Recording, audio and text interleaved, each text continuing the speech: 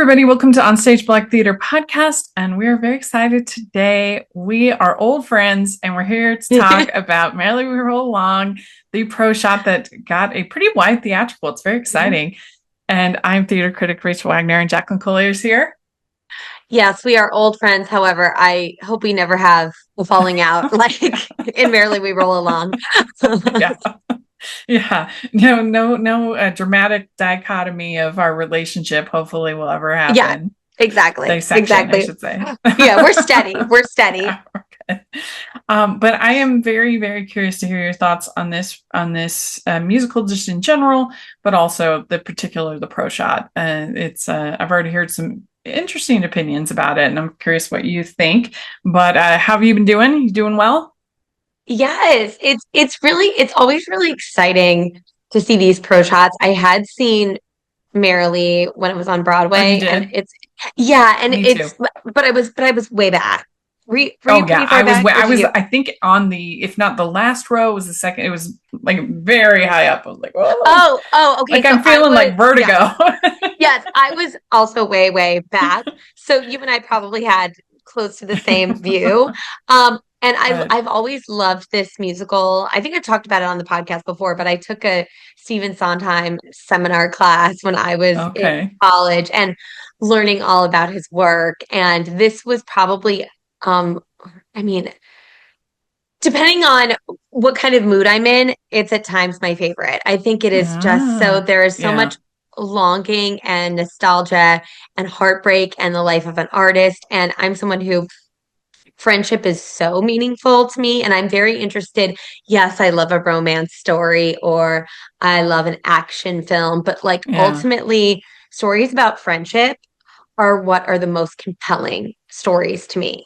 I agree. I think because I never really had a great romance in my life. And so most of what I know about love is either from my parents or from friends. That's Yeah. what love is to me in my life, Yeah. you And I know. think it's not something that is focused on enough, even though friendships are this incredible thing that, we're born into our families. And with partners or people we date, very often they are in and out of our lives. Whereas Mhm. friends, those relationships, of course, can become estranged from friends and you can go through ups and downs and times when you're talking more, talking less. But Yeah. friendships are these relationships that we enter into that you don't talk about nourishing them the way you talk about nourishing your family relationships Yeah. and your relationships with people that you're dating or that you're partnered to. And I really think we should, because like friendships are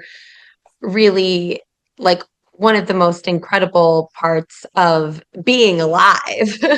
Well, and I especially think that it's powerful because it is a chosen family. It's a chosen, as opposed to obviously your family is your family, where you don't have to have any particular friend in your life. And Exactly. you choose to cultivate and nurse that relationship. Or in the case of Merrily We Roll Along, they chose not to. And I might even have like a slightly hot take when it comes to some of what's going on here. Oh, I But can't yeah, wait. yeah, it's gonna be good. But yeah, Merrily We Roll Along. It's a very interesting case study in revivals in Broadway just in general, changing tastes, changing palettes. Of course, Stephen Sondheim. There's so much that we could talk about. I mean, I'm not even kidding. We could do a whole podcast, like that each episode for like multiple, That, talk just it, about Merrily We Roll Along. yes, that's so true, because I think there's so many. It's such an interesting musical because the Yeah. fact that it works backwards, everything about Sondheim, if you're talking about the deep dives Mhm. of friendships, there's Mary's alcoholism, there's all of these Yeah. topics, there's divorce, there's infidelity, there's what it means to be an artist and to balance Yeah. family. There's so many things in Merrily We Roll Along. Yeah, yeah. And if people want to hear more of our thoughts on Sondheim, we've actually done full episodes on Into the Woods and also on Sweeney Todd. So we've done deep dives into both of those Yeah, shows. we've gone in there. Yeah. But Merrily We Roll Along, it's fascinating because it first debuted in 1981 on Broadway.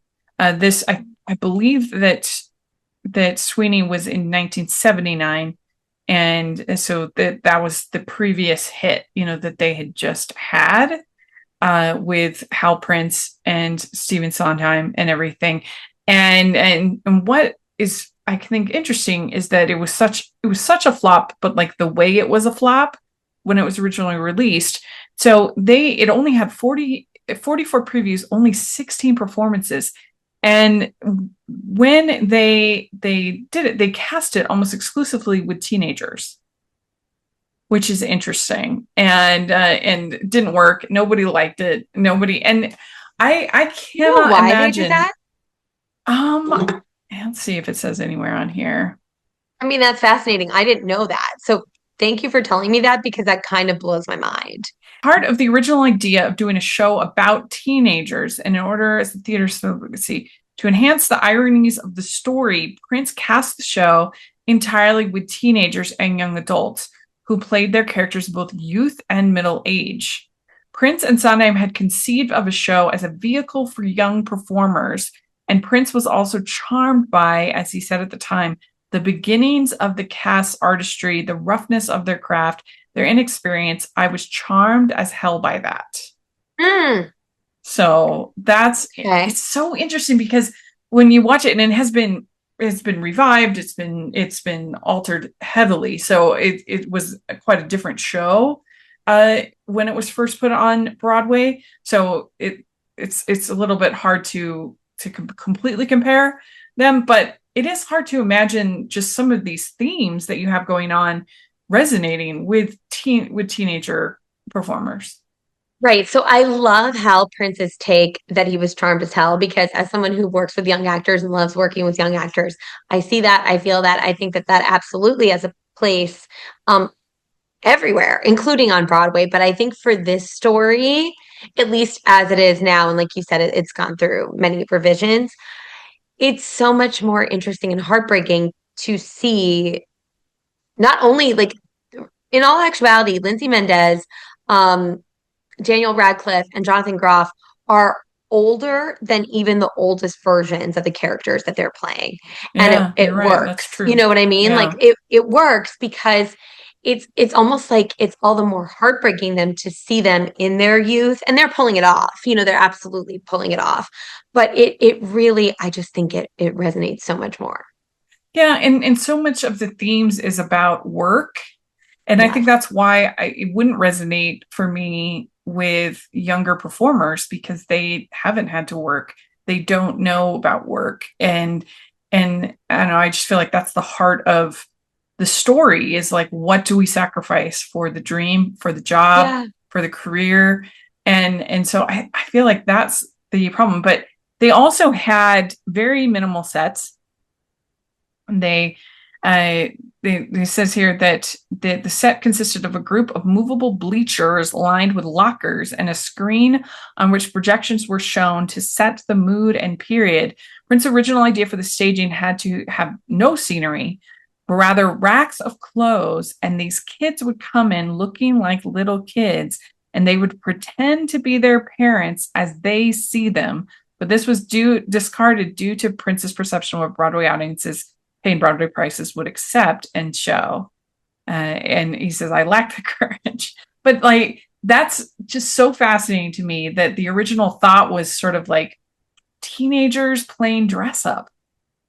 Yeah, which honestly, I'm going to be real. That sounds like a show I want to see. It's just not this show. You Yeah. know, like Yeah. this actually sounds incredibly fascinating. And it's like when Jason Robert Brown did the musical 13, um, Uh-huh. like, with Yeah. all 13-year-olds. And Good it's like comparison. yeah, I do really appreciate people taking a swing, especially when it's working with young performers. And that actually sounds fascinating, but just not Merrily We Roll Along as we know it now. Yeah. Yeah. So it was a huge, huge flop, and very discouraging for Sondheim at the time. The Frank Rich, he wrote, he says, as we all should probably have learned by now, to be a Stephen Honey fan must to have one's heart broken at regular intervals. Yeah. And then Clive Barnes said, whatever you may have heard about it, go and see it for yourselves. It's far too good a musical to be judged by those twin kangaroo courts of word of mouth and critical consensus. Which I think is very often the Yes, that's case. very You know well what I mean? done. When people, yeah, yeah. That's why I always really appreciate your takes, Rachel, as a critic, because I think some critics really get their jollies tearing something apart, but I think you are able to look at it with a critical, discerning eye while also finding the best parts of it, which I think is a tough needle to thread, and you're able to really do that. Well, thank you. That's very, very nice. I mean, I, I'm not. A lot of what I review is community theater, and so it's like volunteers. Like, what are you gonna like? Right. I can't think of any other experience where you would be critiquing volunteers. You'd be Right. like, Right. sorry, you didn't volunteer right, you know? So you have to You kind didn't of volunteer find hard enough. the positive. But yeah, I mean, evidently also the audience struggled with the original. It says the audience had trouble following the story. Consequently, the actors all ended up wearing sweatshirts with their characters' names. Oh, Prince dressed everyone in identical sweatshirts and pants. Then he had to add names emblazoned across the sweatshirts because the audience had difficulty telling the actors apart. I mean, yeah, if they're all these teenagers, Sondheim later remembered that I rather liked it. The paying audience did not. love that. The paying audience So, did not. Also, if it wasn't, I don't know what it was like in its original incarnation, but like it's very 1975. Like we see it, like they're very clear that about what year it is that we're going back in time, but who knows if they were doing that before? And also the yeah, projections in this particular production yeah. made it crystal clear. Right. Yeah, yeah. So it's fascinating to see how things evolve. And it's a good lesson that if there's something that didn't work originally, that maybe we need to think of it in a new way. Maybe we need to stage it differently. Maybe we need to cast Yeah. it differently. Maybe there's potential, some of those diamonds in the rough in Yeah. there to and also maybe it'll just hit differently in 2025 than it did in, in this case in 1981. I mean, I it was love a that you completely different time period. Yes, and I love that you brought all this to the forefront because even after studying it in school, we didn't go into any of this. We did like a deep dive into the musical itself and the time periods in which it takes place, but this is so fascinating to me that this was how this musical started Oh, out. they didn't That's talk about so this at all in your class? no, Oh, no, we that's did like a deep interesting. dive on it was more like history of what was going on at the time as well as the musical, but no, they did not do a deep dive on this, which I find fascinating. Yeah, yeah. So, and this was 11 years after Company, which I think is definitely the one that's the most similar to Right. Merrily. It's giving Bobby energy. Yes, yeah, definitely. Uh, but so this revival, they had an off-Broadway revival in 1994. Then there was a West End one in 2000. And then so this one was first off Broadway in 2022 and then transferred to Broadway 2023. They also have a narrative version of this that is being filmed. I don't know if you've heard about this by Richard Yes. Linklater I'm so with excited. with Paul Mescal, Beanie Feldstein, and Ben Platt. And they're doing it boyhood style. So Yeah. it's going to be over 20 years. They started in 2019. So let's all make sure, let's all commit to living to 2040 so that we can see Merrily We Roll Along. It's so funny. I was thinking the same thing. My brain always goes to that. But like I love Richard Linklater. I love I Boyhood. do I too. love Before Sunrise, Before Sunset, Before Midnight. I think that this is an incredible piece of work to do this with. It lends itself, I mean, perfectly to it. And I am confident that in Richard Linklater's capable hands that it will just be Yeah. gorgeous. So I am so excited. So let's all be safe. I mean, we want to be safe Yes. anyway, but we got to make it to Be 2040. safe for Merrily. Yeah. If you We need a need it. life goal, yeah, now we got it. Something Exactly. to Now we live got it. for. That's right. Something to live for. And hopefully, all the actors are healthy and safe. That's right. Yes, absolutely. So, Yeah.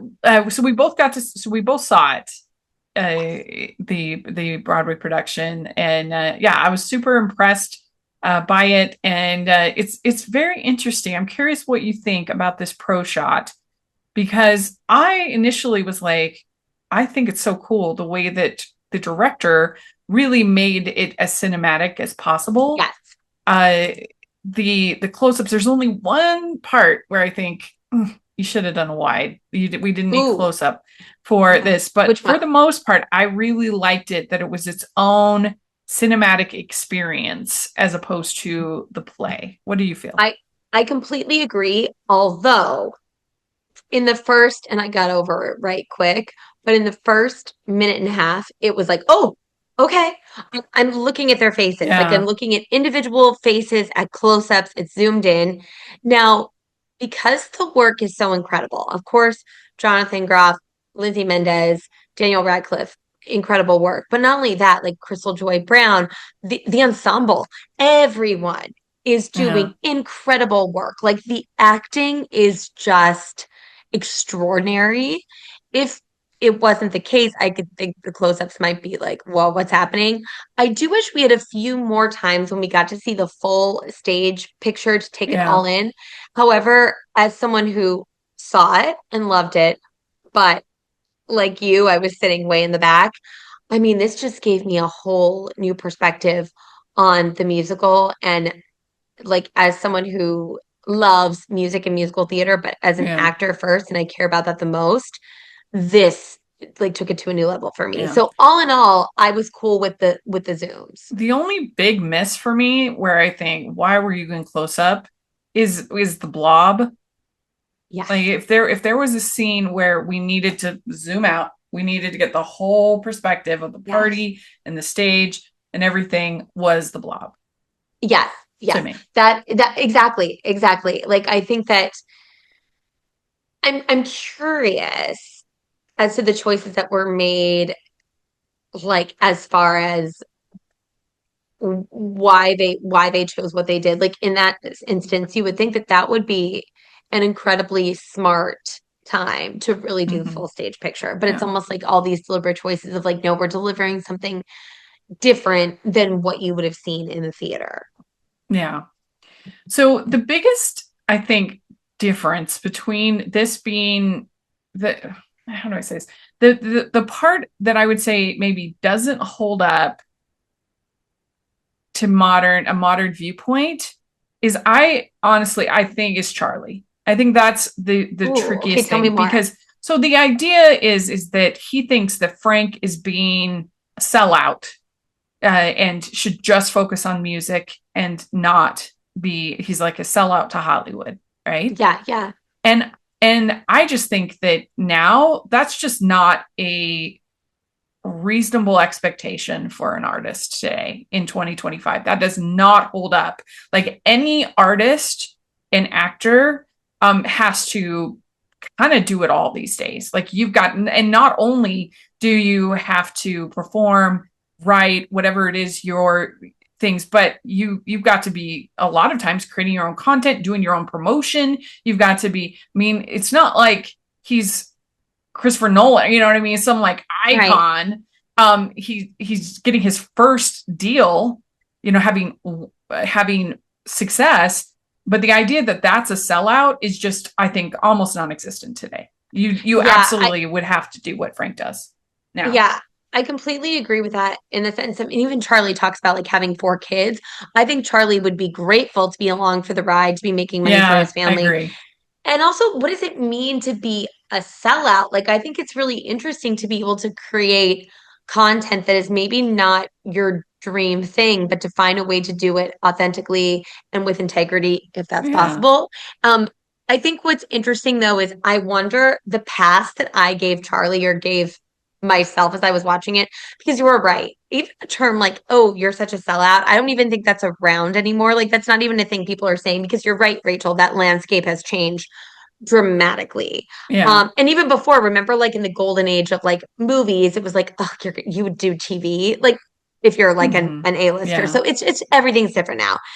However, I feel like Charlie, the way I rationalize it is he's always been able to see when Frank is like not being true to himself. And that's not necessarily even creatively, but seeing him pull back in his first marriage and also in the friendships and just kind of being a little bit of a fakey McFakerson.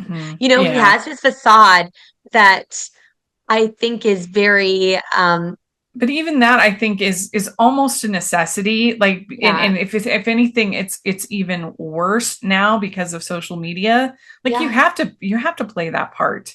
You have yeah, to be putting out some kind of like public image. And I can see why right. Charlie would be upset that why are you being phony with me, your best Yes, friend? yes. Like, why is that?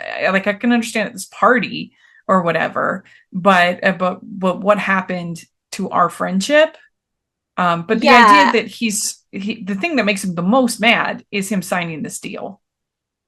And I yeah. just don't think that would be the case. I think he would be grateful now. I totally agree with you. I think he'd be grateful. I also think that him signing the deal, yes, but I also think the way Frank was tiptoeing around it and didn't just tell him directly, like the way he found out was not ideal. Mm-hmm. You know what I mean? Yeah, Finding yeah. out like right before you're going on national TV. And also the whole, he knows Frank is tiptoeing around him. He knows he's treating him differently. And I wonder if Frank would have had the courage to just be like, hey, here's the deal, man, rather than feel like he made this decision without him and like it was behind his back. Because I feel like Charlie felt like it was behind his back because it kind of was. Mm-hmm.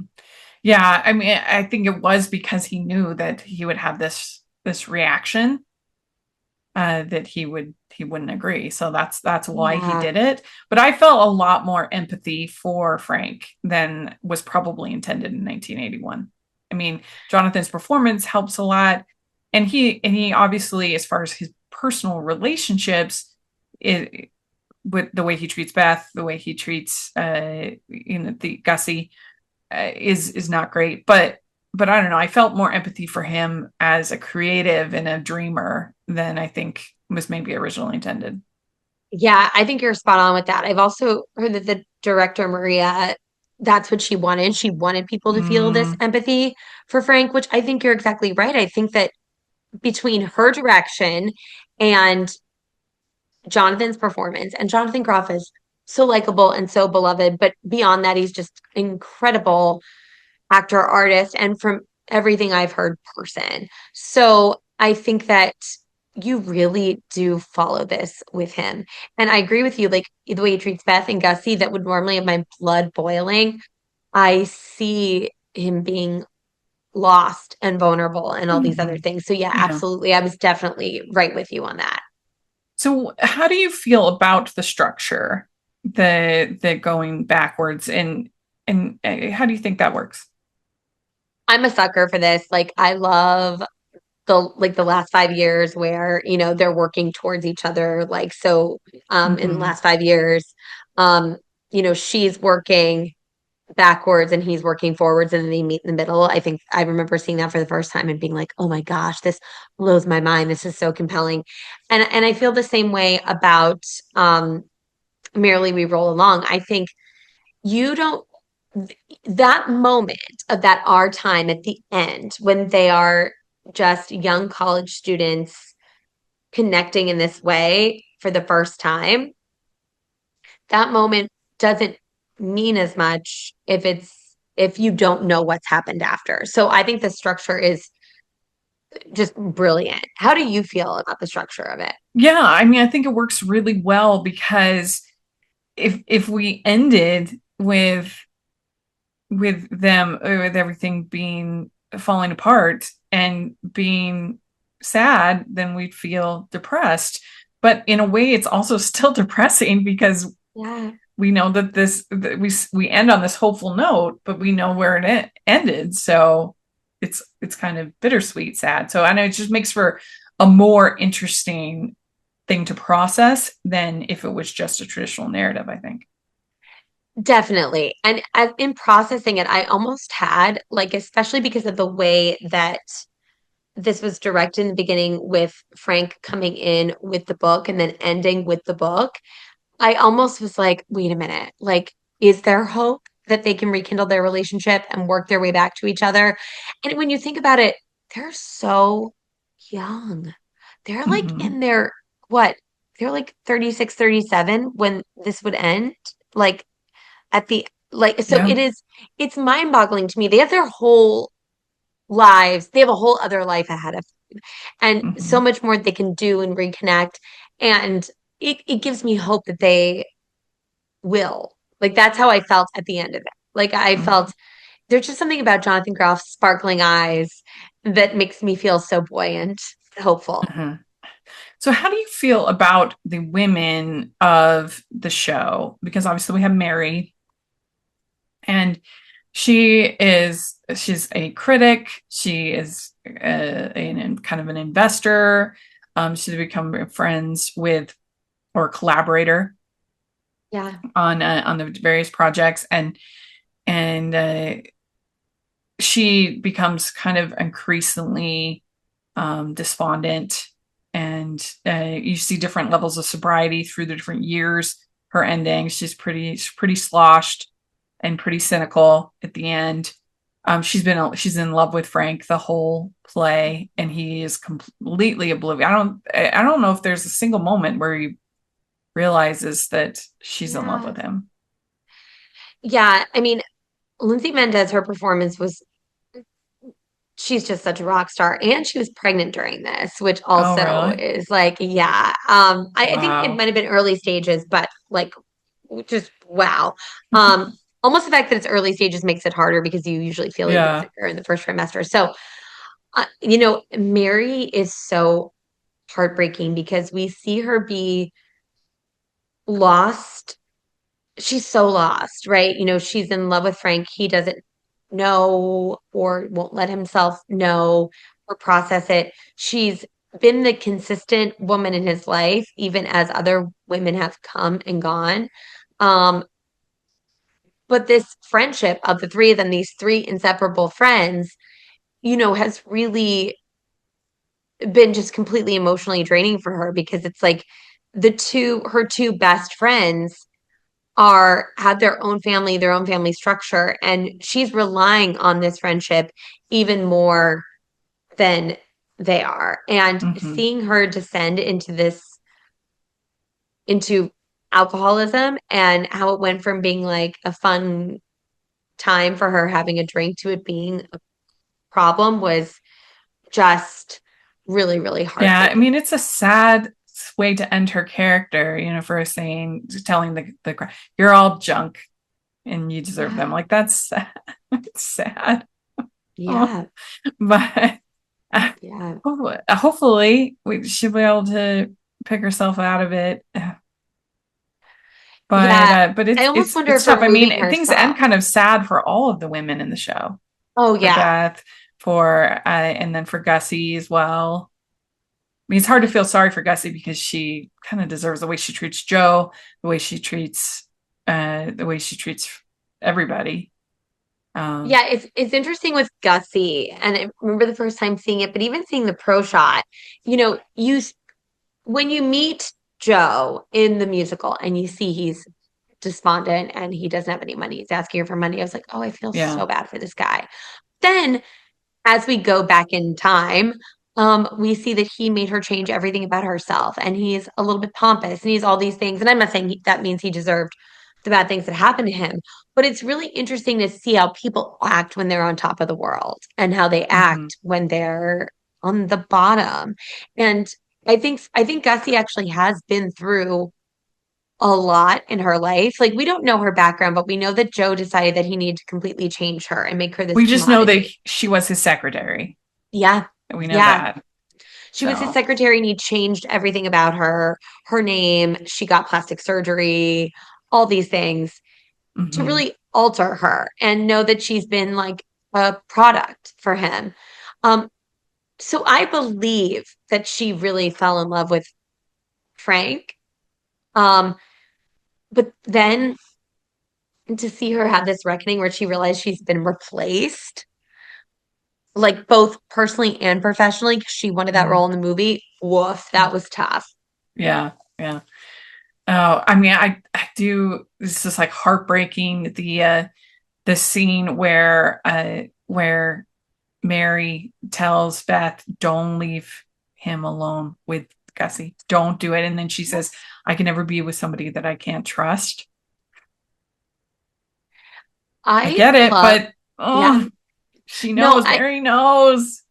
I get it too. And like, it's interesting because it's almost like what I love about that. Like, I'm getting chills thinking about that part because Mary loves Beth. And even though she's in love with Frank, I think Beth and her have such a good friendship. And that dynamic really works. The four of them, Mm-hmm. that dynamic works. And you can tell how much Beth values and loves Mary. So that is working for them. And she really wants them to stay together. And she, like you said, Mary knows. But I also Mm-hmm. understand why Beth doesn't want to spend a whole life being with someone she doesn't trust. And hopefully she's moved on enough in her life to be like, okay, I can't trust this man. You know what I mean? And that she's free of that. But I totally get what you're saying. Mary knows. Yeah, Mary knows. And I mean, and she is kind of our moral compass throughout the course of Yeah. the musical, Mary, and her responses to everything. That's what makes it so sad. Yeah, and I think there's something very interesting with people who are addicts because it's like she really is this moral compass and she doesn't have the support system that a lot of the other characters have who, you know, they have their partners or they have their families and they have her as a support system. Yeah. So she doesn't have herself as a support system. And I don't think they are as good of a support system for Mary as she is for them, if that makes sense. Hmm. So she Yeah. turns to how can I escape? Alcohol. That will make me have like an escape patch. And that's Hmm. what's so heartbreaking too, because it's like you wish that they could be there for her in the way that she's always been there for them. Yeah. One thing I think is interesting is that it seems like to me at least that Sondheim kind of went out of his way to make the actual musical look really lame. Musical husbands. Yeah. You know what I mean? Yes. And so Yes. like which I think is interesting to make it sound like as generic as possible, Right. as like and I think that's an interesting juxtaposition that's like the big dream is musical husbands. Right. Right. Right. Yeah. I love that you brought that up because I totally agree. I think that's fascinating and hilarious. Yeah. And Frank, he wants to have the film version because he needs to pay for his divorce. This is in the second transition, 1968. But Charlie, he thinks that's being a sellout. Mary is kind of the peacemaker between the two of them. But again, I felt sympathy for Frank here. Like, that is completely natural that he's going to want to sell this thing that they made. Like that he's going to, especially if he's in this complicated divorce. Yeah. Yeah. And I think you're exactly right. We would not be talking about this in the same way if it was taking place in 2025. Yeah, yeah.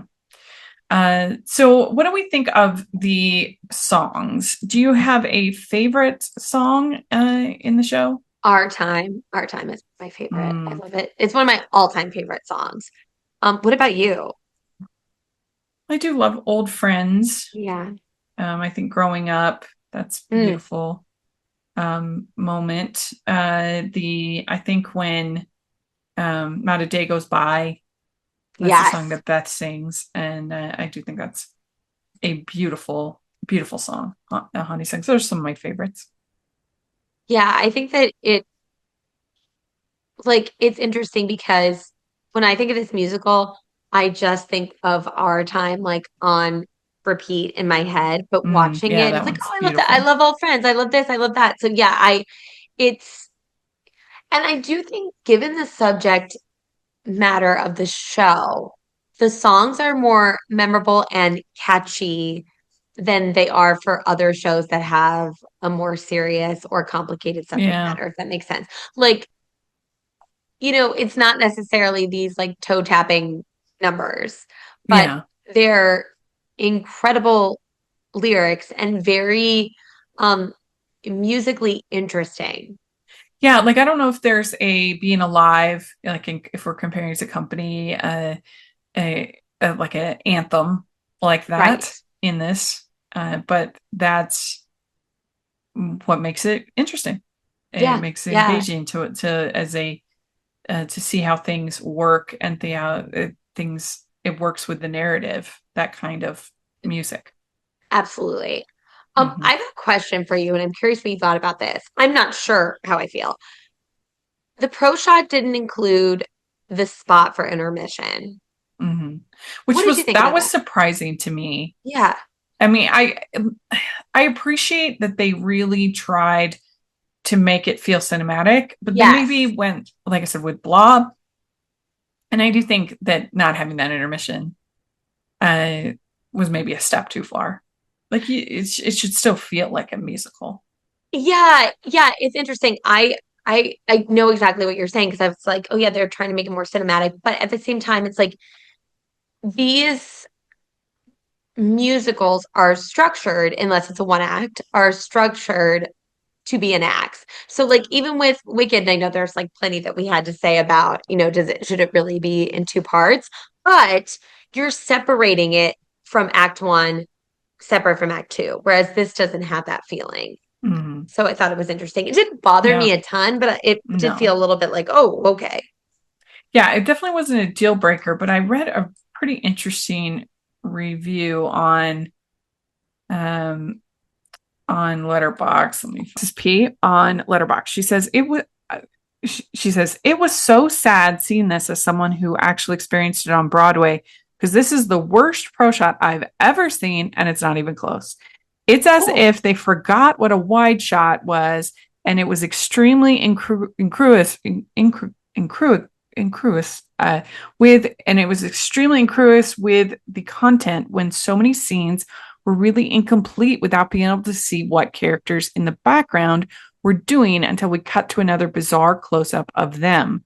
One example I can think of very clearly is during the good thing going into the blob part two, when you were supposed to see the blob slowly start to lose interest in Frank and Charlie mm, and then starting to talk over them incessantly. We see the close ups as they begin to loudly talk, but it's so abrupt without seeing the wide shot of the whole room. There's absolutely no reason why we shouldn't be on a wide shot on such a scene where the ensemble physicality is important to the narrative. Transitions also being entirely made of close-ups when they were meant to take up the entire space of the stage and display movement as we travel through time just took me out of it so bad. mm, So that's, I think, I get it. I get what she's talking about. totally. I think also I really respect her take of like worst pro shot she's ever seen because I'm like, well, I disagree. If she's really looking for the musical experience of what it felt like to be in the theater, you even if you're in the front row, you're not going to have that experience. Mm-hmm. So I totally get what she's saying, and just like you were saying about the blob, that completely makes sense to me. That should have been Yeah. different. But I think that this would be a very good pro shot for somebody that this would be like a gateway pro shot Yes. for somebody that's new to theater, new to musicals, new to Sondheim. This would be something that you could show them that I think they would be engaged by, that they would enjoy, Yes. Yes. that they would like. Yeah, I love we have to get them however we can. Yeah, that's right. Rachel and I are giving you your gateway pro shots. Yeah. Yeah. But I think the strongest moment in the show for Charlie, for Daniel Radcliffe and his performance is Franklin Shepherd Incorporated. Oh, What he does yes. acting in that scene, the mania of it, the manicness of it. I was glad to have a close up because that was Yes. something that I didn't notice as much when I saw it way up high, getting vertigo. So You and I trying our best to get tickets we can afford. Um, yeah, poor yeah, people. I thought uh, Daniel Radcliffe, he was extraordinary. I mean, Yeah, all of them were, but like I think that there were things that I noticed about his performance yeah, that were maybe a bit more subtle that I hadn't picked up on before. no. yeah, I was able to see things in their facial expressions, in the way they're moving their hands, things like that that you just can't when you're Yeah. fighting the vertigo. Yeah, yeah. Try as we might, and it was worth it to be in the room where it happened, but we Yes. needed this pro shot. But I think that song is where he earns the Tony, I think. Yeah. Oh, I definitely think this cemented for me how well deserved the nominations and awards were, for sure. Hmm. You know, getting to, and even, like I said, even the ensemble, I was like, wow, everyone is so darn good. Like, so good. Yeah. So do you think that um so they decided to not have this be recast, to not have it go on tour, um, because that these three were so essential to the success of this production. How do you feel about that? Do you think that was the right call? I think they might be right. I normally that doesn't take away from them being like phenomenally talented and extraordinary actors. But I know a lot of phenomenally talented and extraordinary actors.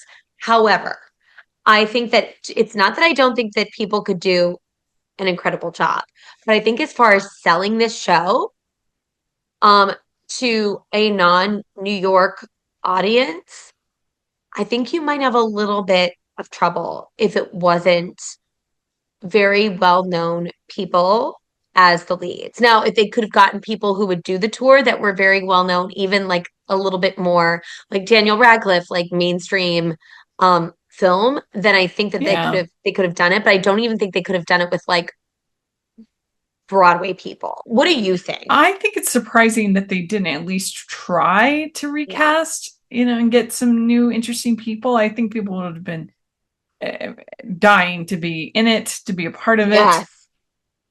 And I would have been curious to see, somebody else in these roles and see. But it probably would have worked best if they were going to do it, if they could have at least kept one of them. Oh, So honestly, if they had yeah, Daniel and then they swapped out the other roles, I think that with the Mary and the Franklin, I think that probably could have worked. oh, I totally think they would have been able to do it Hmm. with with getting with getting Jonathan or Daniel. I think they could have sold it with just that one star Yeah, name. I think so. Yeah. And that's the hard part about being a theater fan, is that you love these things and then they're gone. Yeah. I mean, we have a pro shot and I'm grateful for it.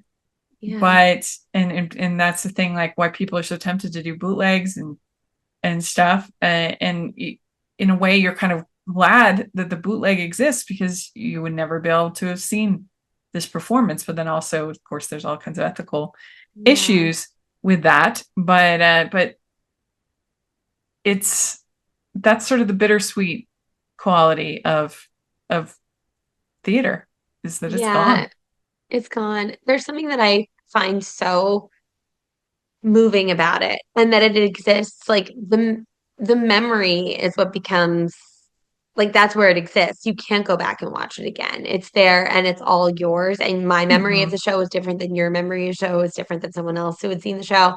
But I agree with you. I'm so grateful for the pro shot because this is one that I want to go back and watch again and again. It is just Yeah. just amazing work that these actors are doing. So we have these different transitions. You've got 1973, that's the first transition. Then 1968, this is when the show has been a hit, the musical Husbands, and when Frank wants to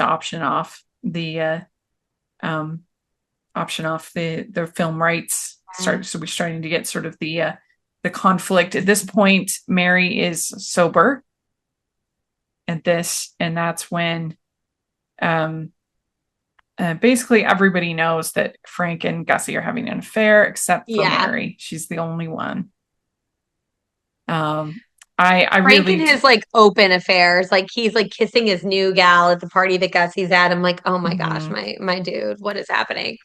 But when he sits down and he plays that growing up, that's a really like it's that I mean, I don't know if other performers could keep Frank as likable as Jonathan Groff's able to keep him likable with all his bad behavior, but then having just such a like a human moment there. Yeah, I mean It helps. he's so likable. And like these characters, like I keep thinking, I keep doing Jason Robert Brown comparisons because I think that Jason Robert Brown is also like very, interesting. I mean, he's not Stephen Sondheim, Yeah. I but mean, very very Sondheim coded, so it makes yes, sense. yes, yes. And I think about Jamie in the last 5 years, Yeah, yeah, yeah. how it's hard not to really hate Jamie. It's Yeah. really hard. Now, is he charismatic? And you're like, did I just hear an alarm start ringing? And you're like, yes. But I really, really can't stand him by the end. And I think that even when likable performers have done it, but Jonathan Groff has this like special thing that it's not just the acting, it's not just him, it's like the alchemy of all of it coming together that you're like, I like the guy. Well, yeah, and I don't know if I like Jamie, but I do find his character arc kind of understandable. Of like I can understand why he got sucked in and was tempted, and then of course he makes the wrong choices, but having this sort of somewhat more needy wife who needs that validation all the time. And he has his own dreams, his own goals. And so then when he's puffed up, I Mhm. think it would be very tempting to to fall the way that he falls. Yeah, it does But track. he's an understandable character, even if he is, you obviously don't like the choices that he makes. Yeah, And that's what makes it compelling. You exactly. don't want Exactly. art about perfect people. That's not No, interesting. that is so boring. Yeah. But even in our Hallmark world, I'm glad when they make Hmm. the characters a little bit more flawed than they have in the Yeah, yeah, past. It's yeah, like, yeah. come on, give that to us. We need it. We're Well, flawed as and humans. yeah, and even the reason why the Hallmark world works is because they stick so close to the formulas. So we okay, this beat's coming up next. This beat, it's just a different kind of storytelling. But yeah, yeah, Exactly. yeah. Yeah. It's not character based storytelling most of the time. Yes. Yes. 66 is the third transition, and this is Frank is like steeped in the custody battle going on here, and this is when we have Gussie singing "Not a Day Goes By," and so that is, Yeah. and you have Beth leaving, and you have Mary and Charlie trying to help Frank. The Now You Know, that's that song. Yeah. So things are still like pretty good with the friendship, even though it's uh, there's challenges. Yeah. So then Yeah. that's Act One. Then Act Two, we start in 1964, and this is the opening night of Musical Husbands. Yeah. And like that's a good spot for Yeah, for Act Two to start. You know what I mean? It's like a yeah, nice break in the action, which not having it here was like, yeah, we have it, but it yeah. wasn't demarcated in that way. And this is where Mary says, don't leave him alone with Gussie. Don't do it. Don't do it." So, and then 1962 is the next. This is the Blob. Yeah. Yeah. So basically, this is like social media influencing in Yeah. the 1960s That's exactly right. version. Yes, Yeah. exactly. So, and maybe there was a point where this was seen as sort of less essential. It's like, oh, that's like a party thing. Like it's fun, but now it's absolutely essential. I mean, look at what's happened even with like with Kristen Chenoweth. She makes Oh, one little comment about a political, yeah. figure getting assassinated, and it might have ruined or certainly didn't help her new musical. So this kind of the blob is a thing, Yeah. and it's very important It's a now. thing. It's a Yep. thing. Yeah. Yeah. So then they have a good thing going, and that they and growing up reprise. So yeah, this is sort of things are starting to look sort of shaky, Right. but Right. it's just beginning.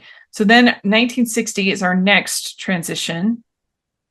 This is Charlie, Frank, and Beth are performing at this nightclub, and So it's fun. interesting because you have a feeling that this is the point where they were the most happy in Yeah. life, and yet this is the point where they were the least successful. Totally. And They I'm were so curious, cohesive. They were so close to each other. yeah, I'm curious as a performer yourself, like, I guess, how do you sort of reconcile with that and what Sondheim is kind of saying here? Like, you obviously want success, but are you, how do you reconcile happiness, goals, the work, the art? The more success that you get, usually, the more the more success you get in life, usually that means the less artistic, the less honest, the less truthful, all of those Yeah. things. So you have to make sacrifices to be successful. It's just true. Yeah. And I think now what I find interesting and what you were saying before about creating your own content, I think that now more than ever, you have the opportunity to be true to yourself while still doing things that like pay the bills or make you quote unquote more successful. But staying true to what lights you up, what is your passion project that you can do alongside these other things. And I think seeing that, I think I think it's also not just the lack of like the success that they were having in this moment, but there is something about this youthful exuberance of making something with your friends that and the hope that your life could go anywhere. And Mm-hmm. I think that that's a moment in time that I look back, like I even look back at when I think back to my time in like doing summer stock and we were working 7 days a week and we were getting paid like next to nothing. And we honestly, the art that we were making was like not that great. But there was something about being 45 kids, well, we were like 18, from all over the country being like, our lives can go anywhere. Like Yeah. it's just such a special time. And I think that this musical captures that really. Yeah. Well, and I think there's also sort of the idea that the dream job, the dream career, the project, whatever it might be, will make you happy. And I do think that's sort of a lesson that Sondheim is trying to teach us here, that it won't, that Yeah, it's the relationships, exactly. the friendships, it's the things along the way. And I feel like I know so many people now who that they they they cobble together, including myself, they cobble together whatever gigs that they can to give them the life that they want, as Yeah, opposed to this idea of like hitching your ride to the company store, that sort of exactly. in the past of like, it almost doesn't matter how I fund my art, but I'm gonna figure out a way, and then I'm gonna do it. Exactly. but Exactly. but I also do think there is something to the fact of like, I remember talking to, I also do think there is something to the fact of like, if your goal is to achieve mainstream success and for people to actually see your work, then there is a certain dilution of artistic Yeah. of artistry that's going to go along with that almost every time. Like every once in a while, there's something that is really out there. Like I honestly think something like Barbie is about as good as you're going to get as far as something that like is interesting and different and takes some creative risks with like a major brand. I mean, I can't believe they allowed her to make that movie. I can't Yeah. believe that they allowed her to make it the way it is. Yeah. That is a diamond in the rough. That almost never happens. And so if you want to be profitable, you have, there's like it's like a Venn diagram of like art Yeah. art That's so true. and and popularity. Like they just Yeah. usually don't find that middle Yeah. ground. Well, and also I think there's a thing of just when more people get involved, you have more opinions, and it's maybe Yeah, not that's true exactly what your too. vision was, which I think can be a great thing. And I think Hmm. it can dilute what you were trying to do. Yeah, yeah, yeah. So that's I think a big message of this musical and what they're trying to do. So then the last transition is 1957, and they're on the roof of their building. They have nothing, and they're watching the first ever Earth orbiting satellite Sputnik. And then this is when they first meet Mary, their neighbor. Yeah. The And one what thing an entrance. It's so funny. one thing I wish that they had done, and I hope that the narrative film does, is I wish that they had given Mary a little bit more autonomy as a character.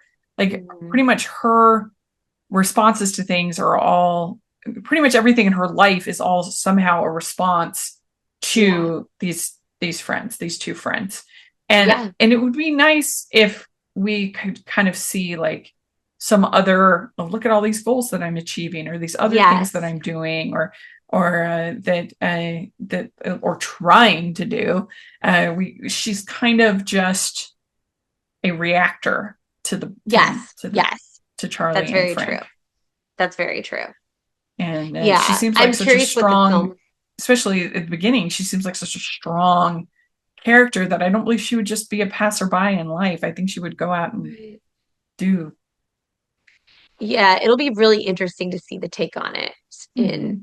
uh, the film. I can't wait. Yeah, Well, we're gonna have to wait till 2040, but yeah. But then we close off with Our Time, your favorite song. the So best, that's fun that the we get the best. one of the best songs is our last Yeah, song. yeah. And it fills me with hope, even though maybe it shouldn't. Yeah. So that is Merrily We Roll Along, and I hope that all of you get a chance to see we hope that you get a chance to see the pro shot. I think you'll really enjoy it, even if it has, a few flaws, like most things do. We'd definitely be curious for your thoughts. And it's interesting to at least see directors of pro shots that are actually like directing it. Like this Yes, is for not sure. just stationary, move around, like that we got for a long Mhm. time with pro shots. That was This is orchestrated This very is well. a Yeah, it's movie. directed, like you said, it's a movie. Absolutely. Yeah. So definitely let us know what you think. And Jax, where can people find you? Jacqueline Collier on Instagram. Great. And you can find me at Rachel's Reviews all over the place and at rachelsreviewstheater.com, all my theater reviews. I am just this week, I am going to be logging my 200th show this year. Yes. This year, and Proud of you. so that's pretty fun. And I love covering particularly regional theater here in Utah. So if you want to hear my thoughts on theater, definitely check that out. And make sure you're following OnStage blog all over the place. We have daily articles, really good stuff. We'd love your thoughts on all of the different articles that we put out there and all on the social media. And so definitely take a look at that. And if you are listening on iTunes, please leave your ratings and reviews. We'd sure appreciate that. And if you're watching on YouTube, please give the video a thumbs up, subscribe to the channel. We would sure appreciate that. They have our playlist with all of our episodes. There's some really fun episodes this year. And we hope you're all doing well. Merry Christmas! Merry Christmas.